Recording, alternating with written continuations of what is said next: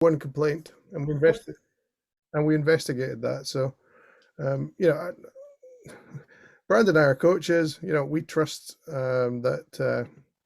You know, we kind of trust the better nature of people. But if anything goes wrong, if you're not happy, message us direct. And if you on the call, and we can do something immediately. Or if you want to, you know, go to the website and you can, you know, call some stuff out. We're on all the other social medias as well. Okay.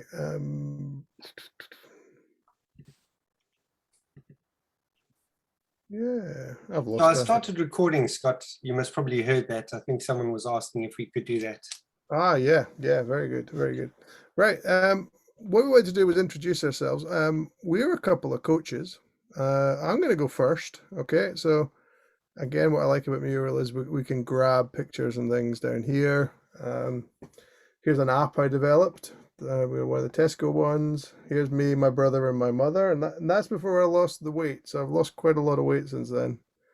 And here's my father. My father's dead now, but it's a bit of a map of me. So this was like me pre-Agile up here in London, and then I did a very long walk across Spain, and I came back and I met wonderful people like Martin, my best friend who died. You know, I believe in, you know, independence for Scotland. I think it'd be a very nice socialist country if we had it. Socialist as in the sense of going back to radical socialism and not communism. And I like piracy. So and here's my wife, and that's me in the Heart of Agile group. I think the last time the Heart of Agile group got together. So that's me, really. It's a map of me. Brandon, here's the map of you. So I love sunsets on the beach. So that's there. I'm a bit of an extreme person in terms of sports. So I skydive and race motorbikes. And that's me as a baby with my mom and dad. I saw your pic, Scott, and it inspired me. And I love my family and my wife. So there's a couple of pics of them. And gymnastics. I'm a gymnastics judge. And I was part of the Agile 20 Reflect Festival. So that's me in summary. Agile coach, been that for a while, done some transformation lead roles. And yeah, we just want to share with you some of our experiences, but also to collaborate. I think it's lovely to hear from everyone as well. So back to you, Scott. Sure. So this board as well as you know, been something that you can interact with and use. And again, if you haven't got the link to the board, you know, please do. It's also a takeaway, so you get to take the board away. So when we do our activities, you know, we can you know, refer back to it. I'd like everyone to help in this, and as we go through today, what we're going to do is we're going to explore a little bit about our current experiences with Agile in large companies. And again, you know, we'll gather that. I'll help you gather that, and you know, then we got something, you know, we can share between us, which is you know, which is amazing. Brandon, could you drop the link to the mural board again so the new people can see it? Because if you come in, you don't see the old chat. They've actually been self-organizing, Scott, and guest leadership, as we like to call it. Yeah. And what we're going to do, you know, then is we're going to look at invitation, and I think invitation is really important, and we'll go into it in a bit more detail. But rather than telling people what to do, you know, inviting them into coaching is a much better stance. One of the tools that Brandon and I have developed and used very successfully is almost like self-assessment for teams. So not a coach coming along and saying what you're doing wrong, but teams working out, you know, where they might need help. And then we're going to look at the areas of coaching, which I'm calling the coaching director of services. And I want us all to work as a group to think about the kind of things that we might want coaches to do. So this isn't what coaches come along and tell you has to happen. This is you know, what kind of things would you like? And as we do this, we're going to go, you know, we're going to go around the board. As a little bit of a resource here, you know, we love these kind of coaching models. So if you really don't know what coaching is, this is from Dandy People, and I'm talking with Mia later today. I love Mia. And, you know, there's different coaching stances. So at various points when you've met different coaches, they might be in different stances. There's the level of coaches all the way from like enterprise coach to team facilitator. Down here, if you ever read the kind of the coaching book, here's the kind of things that coaches do. I particularly like this Beehive DNA thing. It's got all the individual modules linked to the kind of things and areas where we can do some work. This again is another model here where we're looking at what a good lean agile practitioner might be. Here's another kind of coaching assessment. And this one I particularly like because I think this is stages of coaching. So when we arrive, we don't know anything about the team and nobody trusts us. We may start in teaching mode, especially if we've been asked to do something. I think there should be a listening mode in there as well. Then there's where we're trying to kind of model. Then there's coaching. Then there's maybe the connecting, and sometimes when we do that, we go outside the organization to pull people in. And then there's a leaving, and that's something that teams struggle with sometimes. So you get a coach in, the coach come along and helps you a lot and enables you, maybe makes you think about things you've never thought of before. And then that person leaves. So that could be quite emotional. So And also knowing when to leave. Hey, Scott. Yeah. What was it they say with political? It's like political careers. Always leave when people are saying, "Why did he go?" Rather than stay and have people saying, "Why is he still here?" I think, Scott, what jumps to my mind is Nanny McPhee. She says, when you need me and don't want me, I will stay. And when you want me and don't need me, I will go. Yeah. Coaching for me has been a really rewarding career. I encourage other people to become coaches. Some people come through the Scrum Master route. Some people come from other routes. I'm more than happy to have people come from business routes into agile coaching or other ways. So I would definitely think if you want to be a coach, definitely get involved, and it's a wonderful thing. Right, let's get some context because we want to know you a little bit as well. And one of the things that we want to do is go over to this board here, and we want you with these yellow stickers here. So here's a yellow sticker. So grab a yellow sticker, and on there put down some of your experiences with agile coaching. If anyone's got any difficulty at all navigating over to here and picking a box and writing, when you write, it's just like a post-it sticker. What's my chat? Yeah, do you want to write one as well, Brandon? I'm going to write some. What are some of the experiences we've had? So too many coaches with different views. So there, I can write that on that post-it sticker, and it's there. So if you can't get to the post-it sticker, if you want to put things into the chat, so what's your experience of challenges, with agile coaching, and again, we're looking at large organizations, but okay, so we've got one here. No one leading the coaches. Okay. So would anyone having any difficulty getting into the mural board? Please unmute and tell us. And again, go into chat if you'd like to. If you've got anything in chat that you'd like to, and we can write that in there as well. In fact, at this stage, I'm going to put my second monitor on, which I probably should have done earlier, so I can see the chat and the board. Anyone got any questions? Anyone want to come off mic and off mute and come on mic and perhaps say what some of the challenges are, and we can write them down. License to operate. I like that. Oh, I just saw a Bond film. Anyone seen the Bond film? It's really quite fun. Did you enjoy it? I heard mixed feelings from people. I thought it was. I think there's quite an emotional story to it, maybe more so than most. So there's a kind of personal Bond story as opposed to. I can see why people who maybe like more of the action, felt a little bit odd. I enjoyed it. I thought it was beautifully filmed. I also liked the inner dimension of a family bond. Yeah. Okay. Right. No, I can't see chat at the moment, which is irritating me. Oh, here we go. I can see it at this stage. It's nothing much happening there. Okay. So we've got a few people on the call. So what's your experiences of Agile if you're not able to get to the board? So we've got pushback here. That's quite an interesting one. No ownership from the organization for the transformation. No one leading the coaches. License to operate. Lots of people who are not aligned. Okay, I like that. Anything else?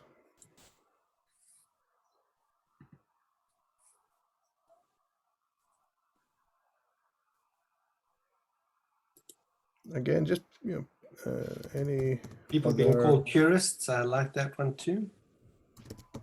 People called heretics. Mm.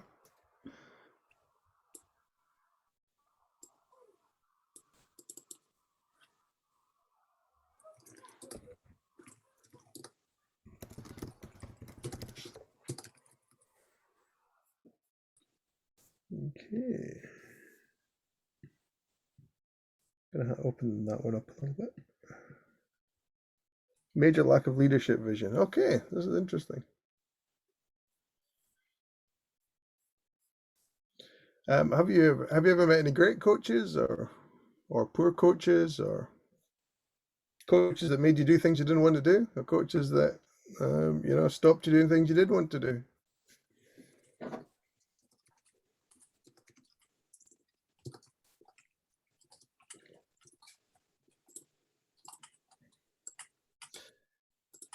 Lack of agile knowledge and resistance. Okay, so there's two big things there. I've actually started doing a 2-hour introduction to Agile, and it's a friendly 2-hour introduction to Agile. And even teams that have been doing Agile for a while still learn a lot from that. So I guess sometimes the resistance and the lack of knowledge is linked. Why would you want to do something when you don't know what it is?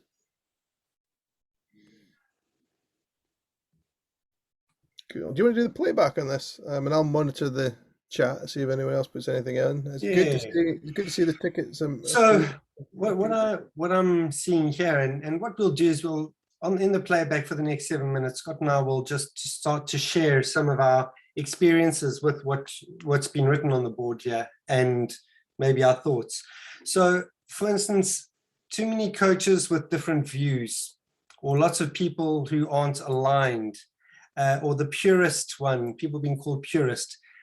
It is a difficult thing that we're doing, and people, especially large organizations, they want everything to be known up front. Ironically, they want to know the plan for the transformation. They want to know, they want this waterfall analysis design phase. And one of there's two things that I'm reading in this section over here, too many coaches with different views, is we do need someone leading the coaches, giving them boundaries so that they can have enough autonomy, so that they can have the license to operate within a set of principles that will help us. I think one thing that, Scott, you and I have experienced quite a lot is when people misinterpret that coaches are not aligned. So I remember, I just had a flashback to that time when we were to a time we were in a large client with someone who's a lovely person, where they kind of went, "You guys don't agree," and then all of a sudden it was like we fell off our pedestal at that point. And what we realized is that we always agree on the principles, but the tool or technique may differ. And I think one thing that we need to understand is, as agile human beings and coaches, when we go into large organizations, is that people need affirmation for where they've already got to. Yeah. And when they start to get that affirmation, because 90% of people I coach want affirmation, not coaching. They want to know that what they're doing is right. And slowly over time, we get to give them the affirmation and then slowly help them realize what are the things they can work on, and they pull down those defenses. But sometimes when they hear one coach saying one thing and another coach saying another thing, the principle's the same, they feel that the coaches are disagreeing. And so I think that there's a lot of effort that is required to always ensure that coaches are supporting each other emphasizing the same principles, even if the approach that they've taken seems different to the client. Scott, what do you think on that one? If this was doctors or medicine, we wouldn't think it was anything different with different practitioners with different backgrounds coming with different diagnosis. Yeah. This is why we're, the term second opinion, we're immediately kind of jump to kind of the medical world. You could have a stomach problem, you go to a surgeon, he'll say, well, surgery is the best thing. You go to you go to GP and they might say, oh no, we need to sort your weight, because they're taking a bit more of a systems approach. You go to Scotland and they give you whiskey. Yeah. Or you go to more of a kind of a stomach clinic and they might say, well, let's try some chemicals. Which one's right? None of them are right, but everyone has got their own experiences and specialties and things. That's where I'm on. That's where I am on it. There's also something where if you've got a coach that probably like myself that doesn't like to be too specific with rules, then you might have another one who's very specific on Scrum. I would call them Scrumdementalists. If I wanted to get someone to say, yes, what I'm doing is right on Scrum, I might go to the Scrum coach. And if I want someone that's going to say, no more, do your own thing, I might come to me. And if someone was coaching me like a very, very tight kind of Scrum set of practices, I didn't like it. I might go to the coach. I might go to a coach that's opposite to get a second opinion, just to try and undermine that coach. It's a bit like mum and dad. Yeah, so sometimes when mum says to the kids they can't do something, they come to me. I always say one interesting question. I'm not sure if you do this, Brandon. I go like, what did your mum say? I think maybe coaches need to do that. And Scott, one of the techniques that I've done a lot is that training piece. If you do that preparation on the training piece, it is so powerful as a coach, because what happens is you land up discussing all of your thoughts on the various principles and practices, and you get aligned. So I find that prepping training with other coaches is one of the most effective ways of doing things. And also supporting other coaches, visiting them, watching them, how they do their coaching, and just aligning with them. But I think aligning with coaches is very important to produce the result that gives the confidence to our customers who are these large organizations. They need to know that we are aligned, because as soon as they think that there's a kink in that area, problems arise. Let's move to I've got one more point, and it's it's about rabbis.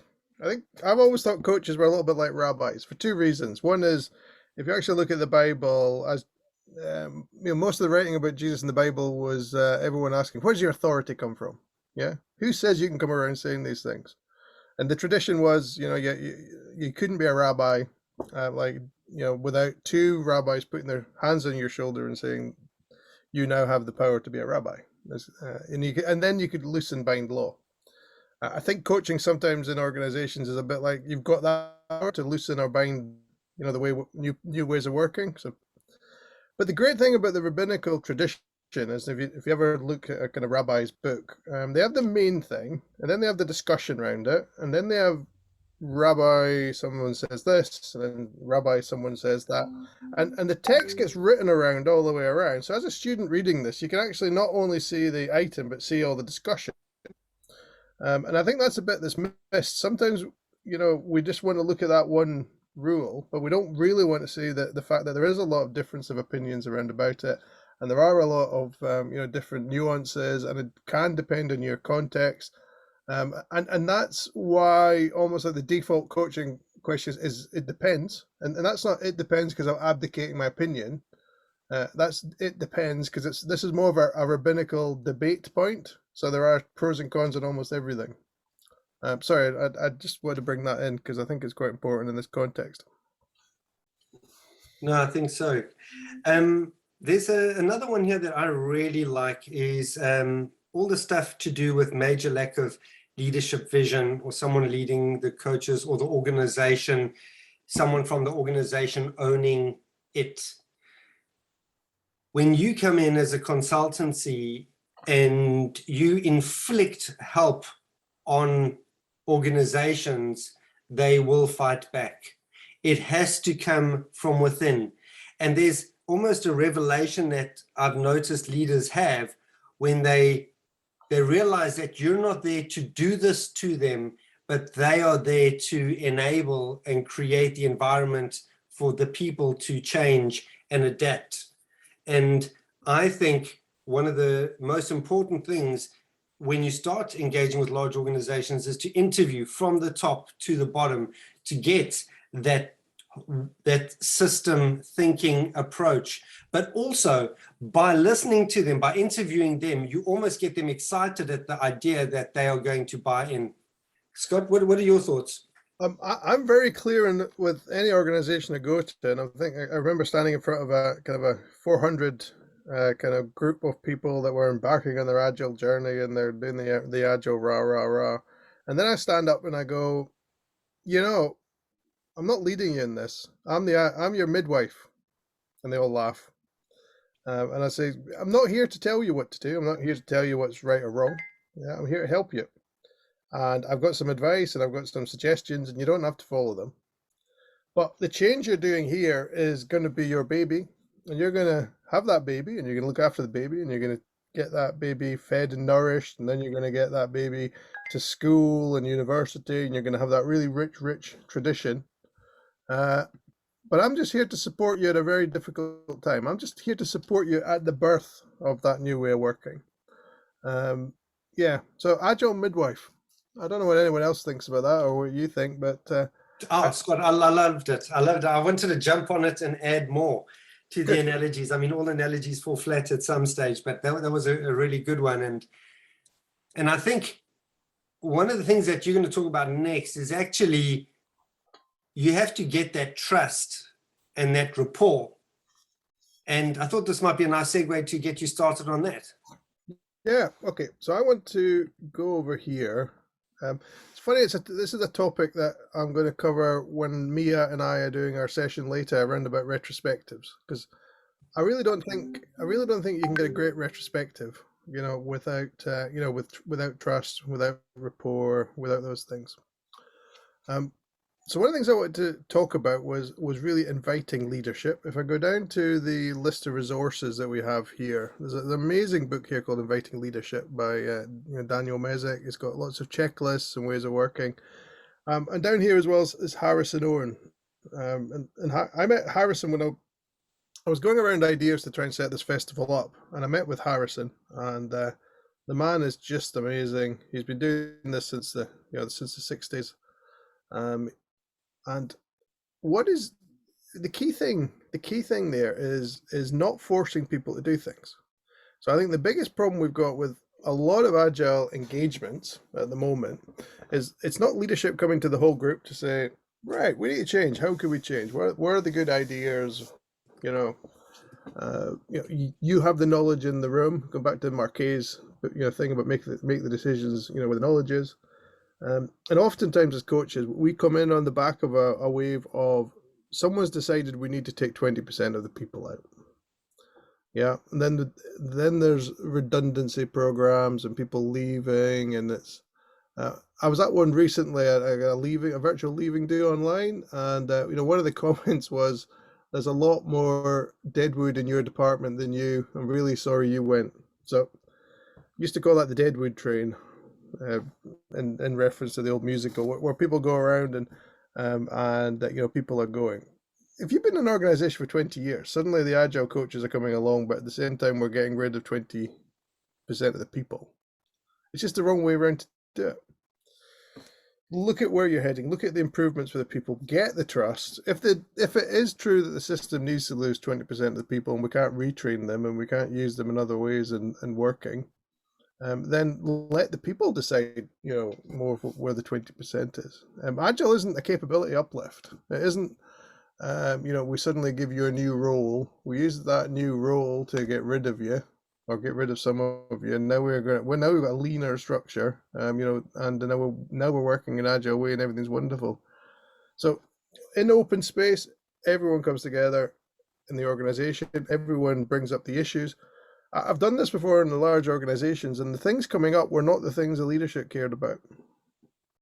You could do open spaces, remotely online. There's lots of techniques for that. But there's a couple of rules of open spaces, and I'll summarize them here. And we've tried to keep these in the festival. So whoever comes are the right people. Whenever it starts is the right time. Whatever happens, because the only thing that could happen, and when it's over, it's over. If you find yourself in a meeting that isn't what you aren't contributing or there's no value, just leave. So follow your passion and take responsibility. I think that's really important. And I love the way in this festival people can navigate like that. But imagine if your organization was a bit more like that. You weren't just doing what you were doing. Yeah, one of the talks last night, it was, I think someone was talking about trying to engage people in change, and they turned around and said, "I'm not paid to think." Well, guess what? You are paid to think. We're knowledge workers. So again, this idea of getting trust, getting openness, getting freedom from fear, and then tackling it goes all the way back to Deming. So Deming's 14 points in the 70s: drive fear out. I find it. I'm going to turn to you now because I'm really emotive on this point. But I find it really, really hard to coach in organizations that are fearful.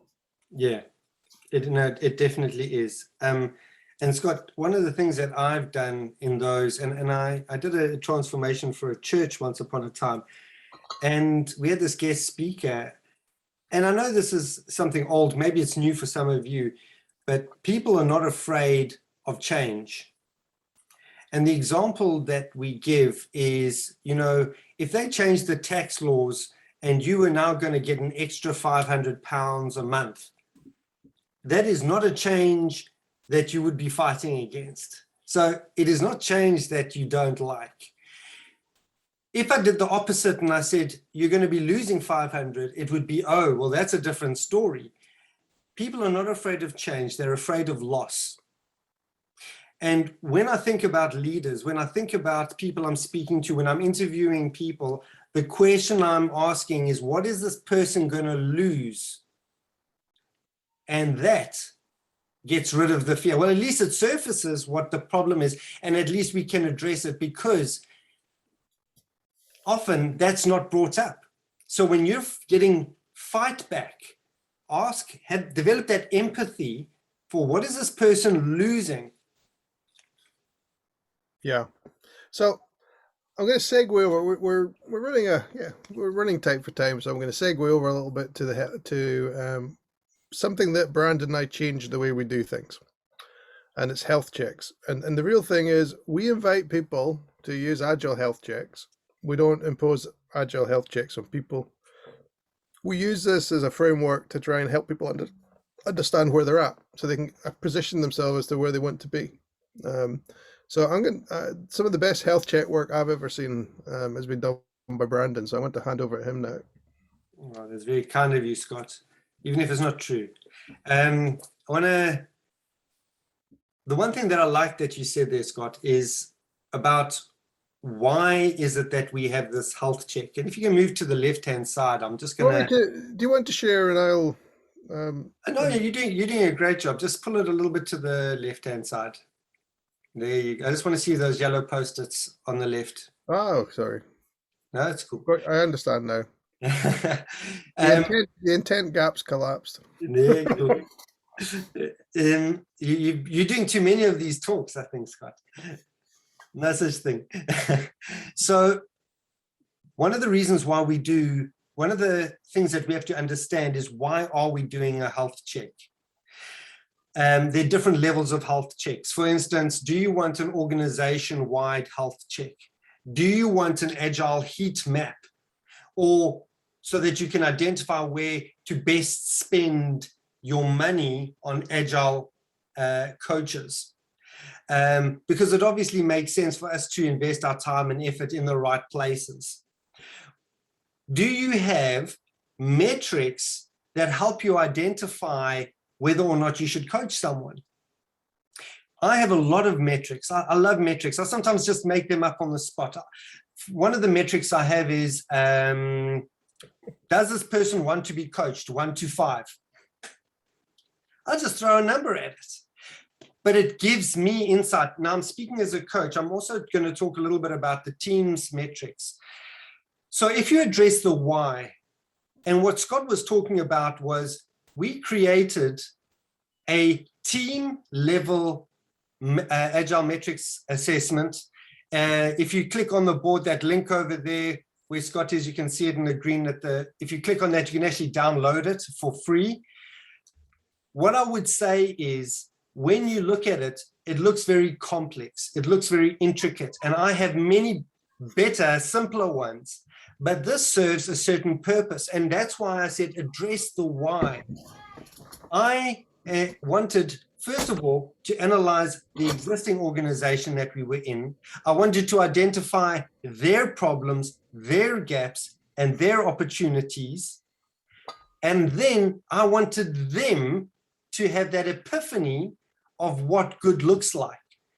This wasn't so that I could measure them. This was so that when they did this exercise, and they did it with an agile coach, that each team went, oh, wow, I thought we were good at reflecting and adapting. I thought our mindset was good. I thought we were dedicating enough time to, and so on and so on. So you can take any assessment, but make it relevant to the team. The purpose of this one was so that they could understand what good looks like and could generate their own backlogs and be able to improve and know when they had improved to the next level. It is not for comparison. It is not so you can say this team is better than this team. You could do that if you really wanted. I'd question why you're wanting to do that. And also, in terms of objectivity, this is their opinion. I don't mind if they think that they're at a 3 and I think they're at a 1. I don't mind. I'll, as a coach, will say, what's going to get you to a 4? And so on and so on. And they can also take each one of these items, do a root cause analysis on each item. And what you'll find is they'll change about 4 or 5 metrics at the same time. Although it's very specific, what we're doing is, as coaches, we're enabling them to learn and adapt. Scott, I know you've also played around with it. What are your thoughts? I've had teams where I've kind of said, could you score yourself against this? And they haven't really wanted to. And partly it may be that they feel at some point they're going to be punished by it. Yeah. I've had teams that first time round will score things really high because they want to show management they're doing well. And then when we get the conversations, they go, well, we understand that a bit better. And yeah, it's not really that, is it? So having the language is great. But that's just like blood pressure reference ranges. Yeah, I've got a self blood. Yeah, I've got a machine that takes my blood pressure. I can put that on. I can look at the reference ranges. I can see how I'm doing. And Scott, if I can build on what you've just said there, one of the things that I spend 15 minutes doing is managing expectation before they do this.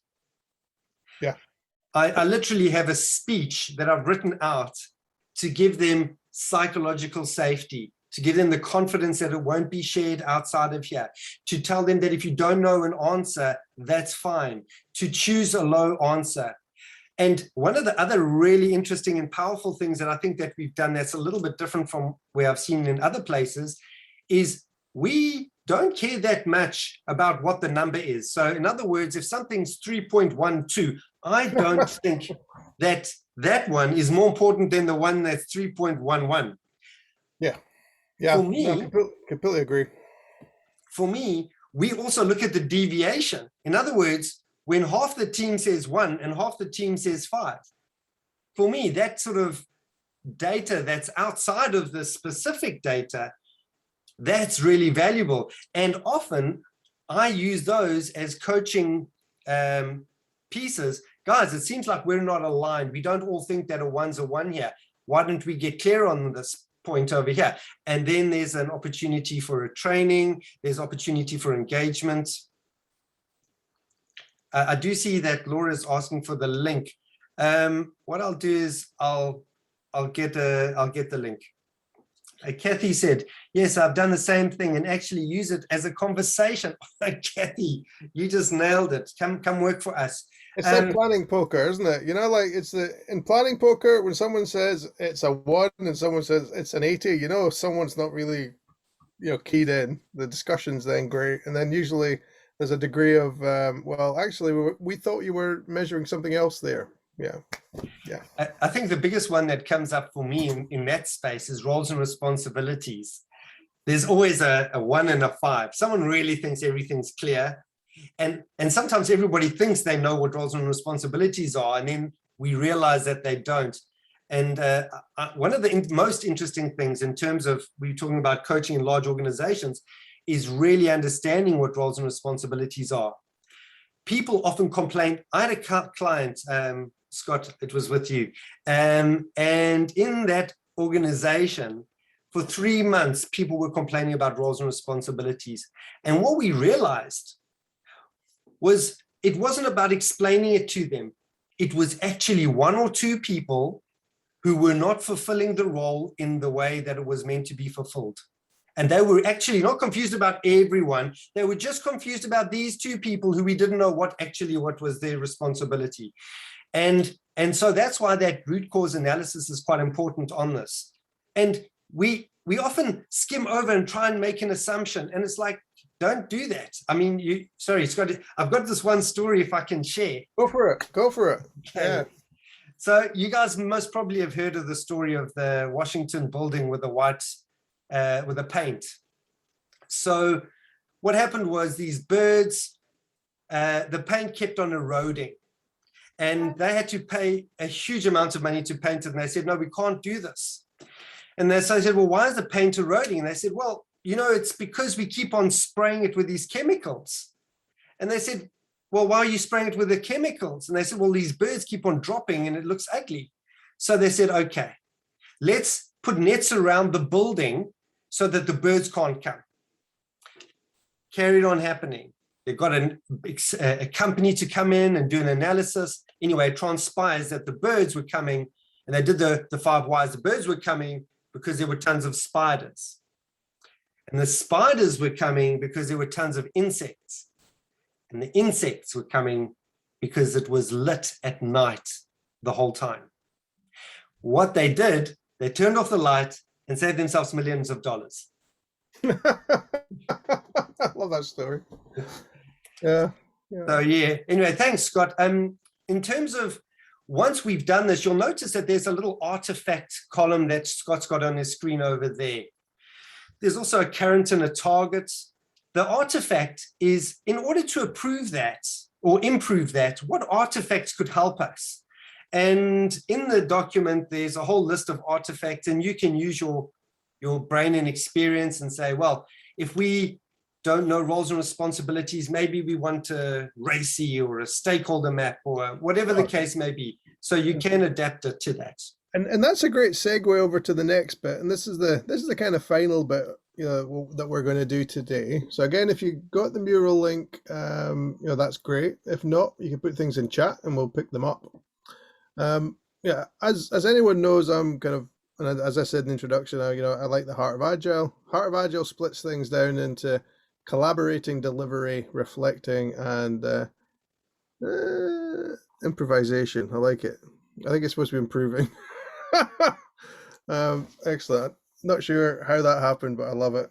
Okay, so what we'd like you to do is take some post-its and on there write down the kind of things you'd like a coach to do when you're maybe coming together and collaborating and team building. When you're in the middle of delivery, what kind of things could a coach help you with? When you're, improving, and when you're reflecting, and there's a reason we do both. How could a coach help you? I did this exercise yesterday with a live team they'd asked for some coaching help. So I said, well, how could I help you? What kind of things could you look at? So all we're really asking you to do is, pull in here something. So here's an example. I'll you can zoom in on it and then write something. So in collaborate, it might be help us with a team agreement. or a social contract, or whatever you call that. So there's a nice example. In delivery, it might be that we want to look at flow metrics or something. So, improve our cycle time.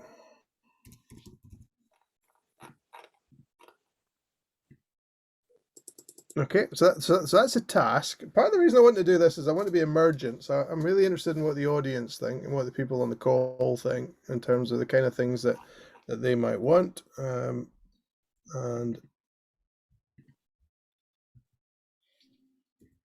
yeah.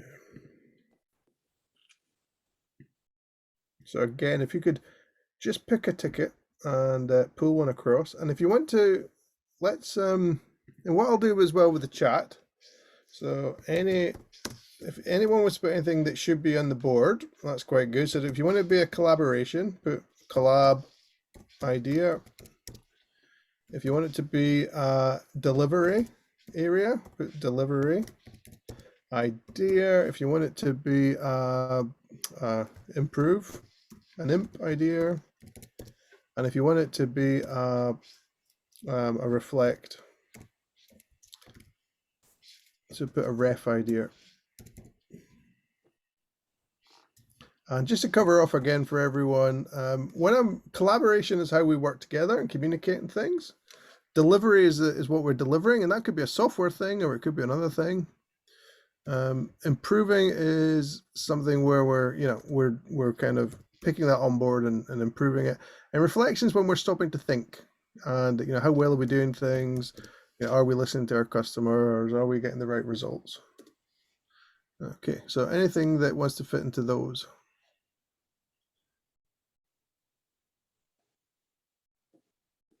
Yeah, but suggestions. So this is like hints. Yeah.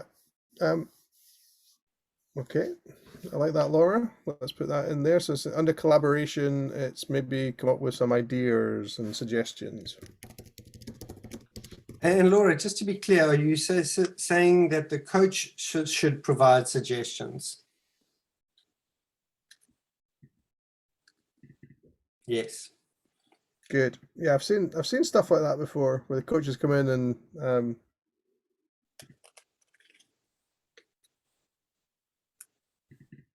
suggest things. Just a quick thought, Scott. I went into a new team a couple of weeks ago, and I just did an interview with them, and I asked them, tell me a little bit about what you guys do. And they told me what they do. And I was like, and tell me, how do customers find this valuable? And they shared that. And I said, what are the things that like really slow you down? And they told us a couple of things. And I was like, what could speed you up? And they told me a couple of things. And I said, and if you had to make it like, which of these is the easiest and the most valuable things to do? Can you choose 3? And they chose 3. And it was such an informal, quick, easy way of getting ideas. And I then said to the team, well, for this item here, are you guys looking for agile answers, or are you looking for the ways that you did things back in the day? And the team started coming up with the ideas, and then without giving them too much of a hint, I was able to guide them to come up with agile solutions instead of old school ideas. Yeah, I like that. The other thing I often do is say, how could you collaborate better? And then as they're describing some of the problems, I can usually fit a pattern to it. Yeah, which probably talks a little bit to what Laura was talking about.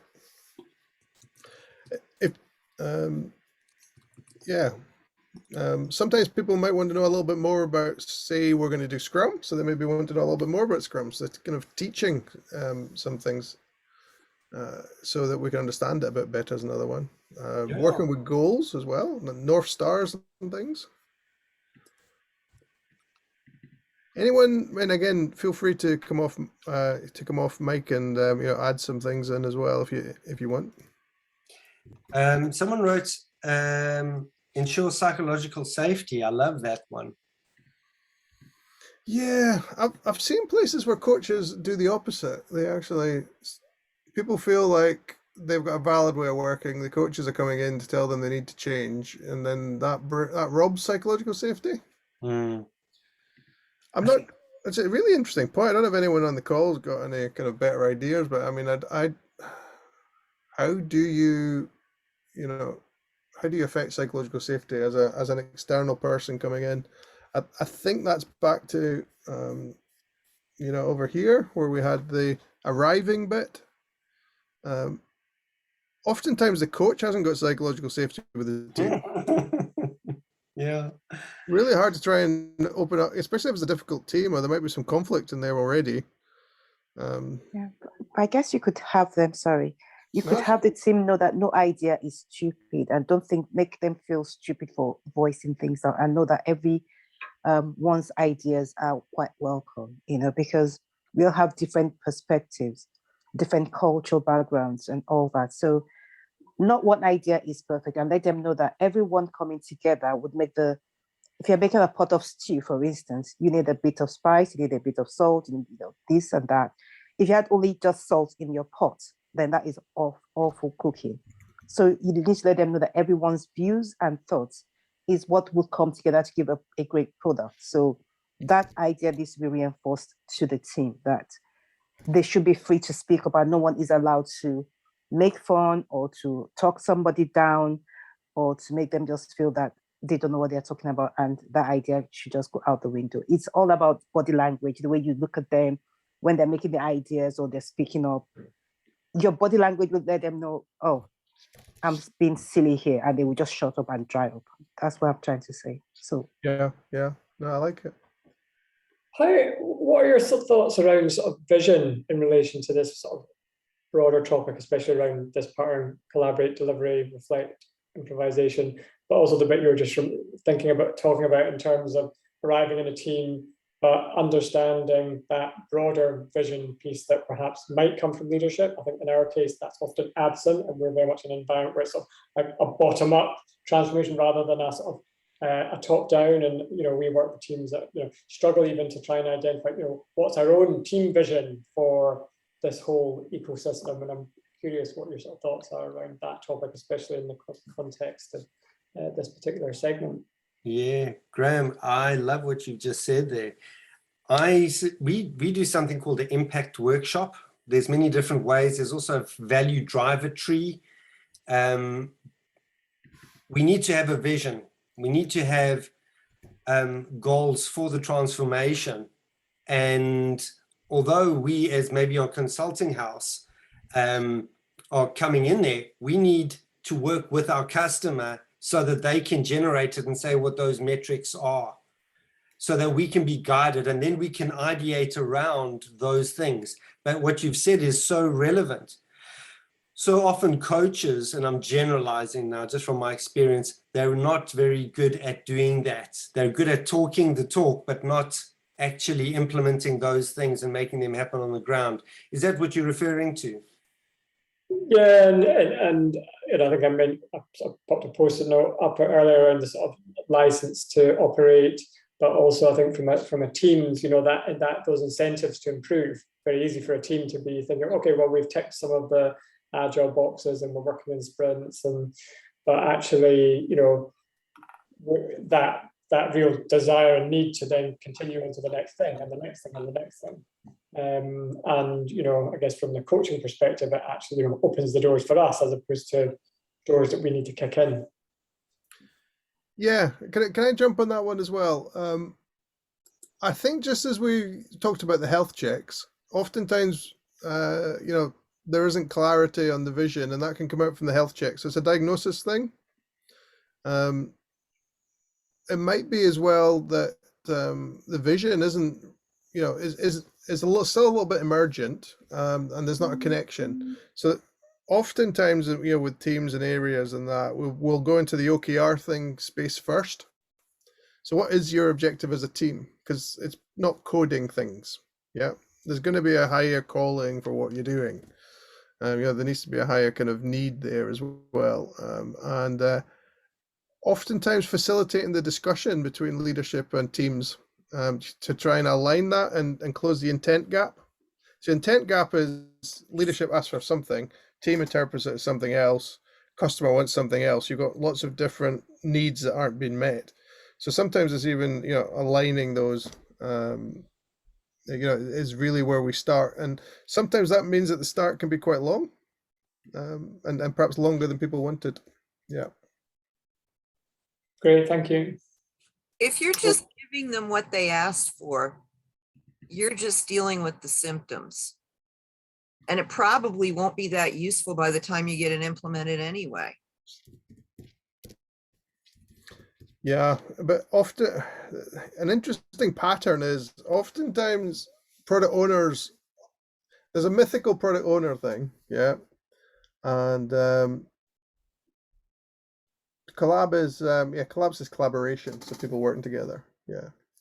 There's a kind of a mythical idea that a product owner will know everything, and it comes down with a vision to the team and a lot of agile work.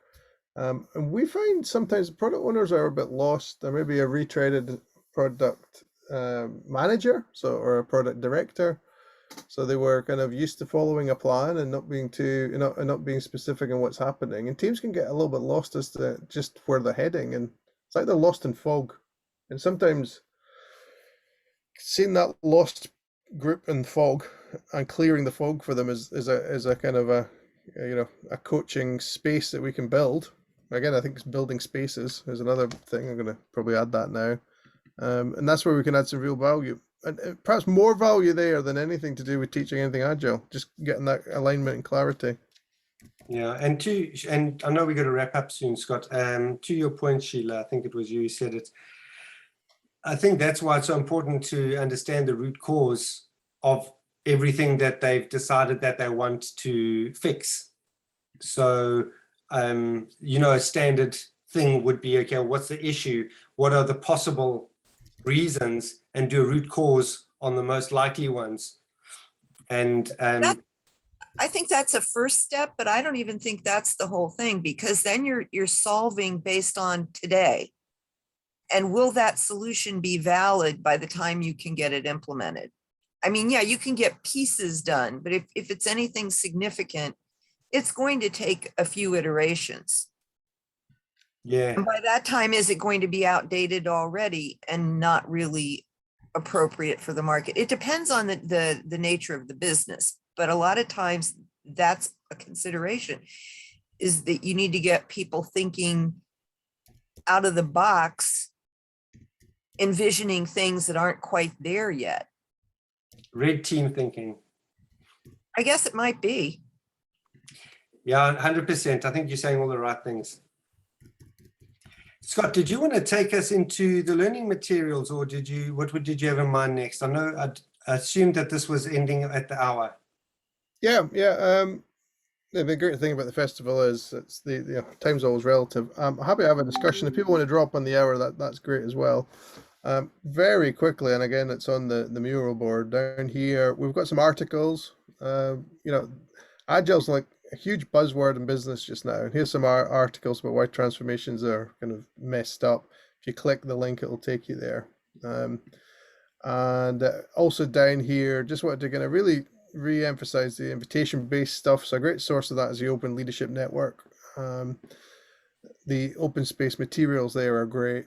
Invitation-based safe implementations. I know that I actually sent that to Daniel to see what he thought about that, because I think those two things don't go in my head sometimes. But the other thing that I've always found great is this Bossa Nova thing, which is like moving in, beyond budgeting, open space, sociocracy, and also agile into that space. And I think that's another great book. So these are the resources. I mentioned the open space technology and inviting leadership earlier. Again, happy to have people go or come or whatnot, but I really enjoyed the session. The mural boards there, keep adding things into the collab. I'm going to start building a list of things that we can do, and then that creates a pool. So I'd like teams to look at the list like a menu, like someone in the menu, and say, oh, I think I'd like a little bit of that, whip work, or I think I'd like a little bit of that flow metrics, or I think I'd like a little bit of that team building. But would you mind just going up to, on the right-hand side of the directory of Agile stuff, there was I pasted a little something that we sometimes surface. Keep going up more, and there to the left. There you go. What we did with some teams was we said to them, here's a list of things that you guys can do.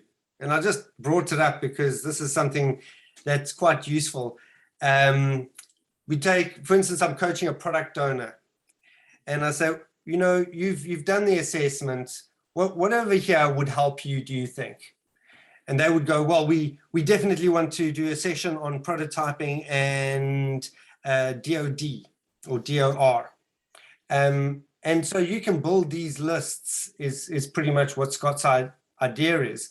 And they can see what these lists are. So for each of these artifacts, you can create examples, real world examples from the organization, build up this artifact inventory that just helps people be creative, but not starting from scratch. I think someone said earlier, sorry, Scott, did you want to say something?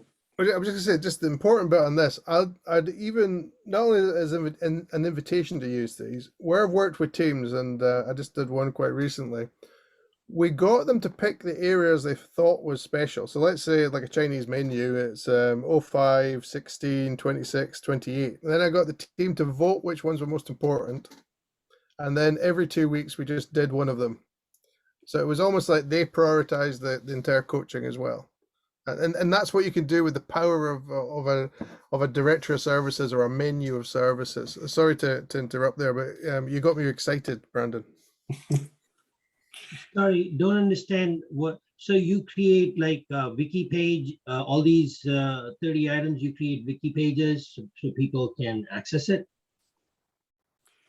So we create the menu, but yes, you actually are on point. We create these, and each of these, so for instance, let's just take a team charter.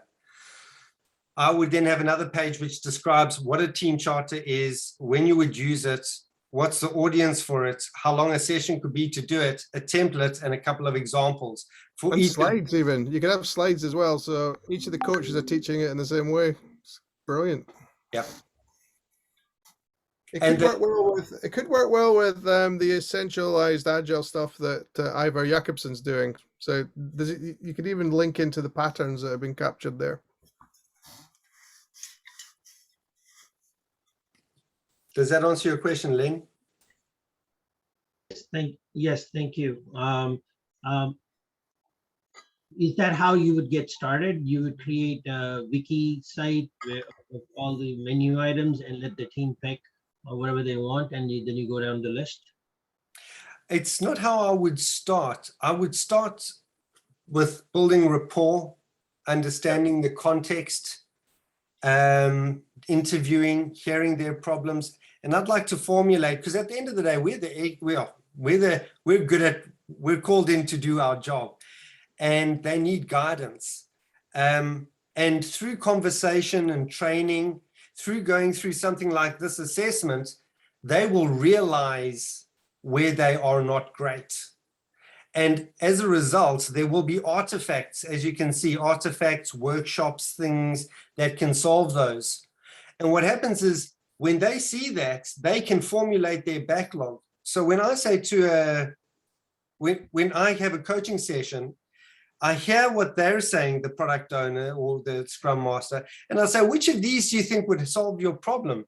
And it's easier for them to derive it from a list than to imagine a solution or try, because a lot of these guys are not experienced product owners that have these tools at the tips of their finger. They don't know if they should use a customer journey map or a vision workshop. We all know we have this process. Well, you've got to know what the vision is. You've got to have some measures. You know, we want to increase market share, you know, what and how are we going to do that? Well, we need to ideate, have an ideation session. We know this type of stuff.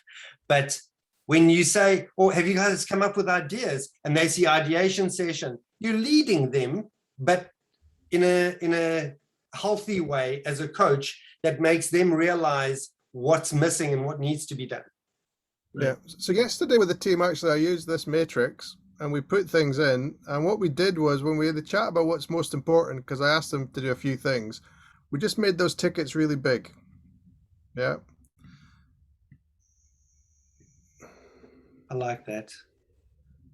and we got a board, and we said, let's think about it. We could add some more things to the board. We'll come back and reflect on it. But it looks like, measuring capacity is the most important thing for you, and then improving backlog, and then driver tree. So let's look at those three things. The first thing I'll kind of open up to everybody is, if anyone's ever been at a doctor, what's the first thing a doctor asks you? Anyone want to come in? How are you feeling? Yeah, or what's wrong with you? Or why are you here? It's the three questions I can remember from sessions. Yeah, it's exactly the same with coaching. We need to engage in that way. We need to listen to the patient. We're not applying metrics. Yeah. Okay. Any other questions before we kind of sign out? And I'm hosting a call soon on this line, so if we don't get out soon, other people will be coming for the next meeting. Well, thanks, Scott, from me. I enjoyed it, and I enjoyed the questions. Thanks, everybody. Let's hook up on LinkedIn like Sheila E. McGrath shared with me. Excellent. Thank you very much for coming. You could have been other places. You came to listen to our ramblings. I appreciate that.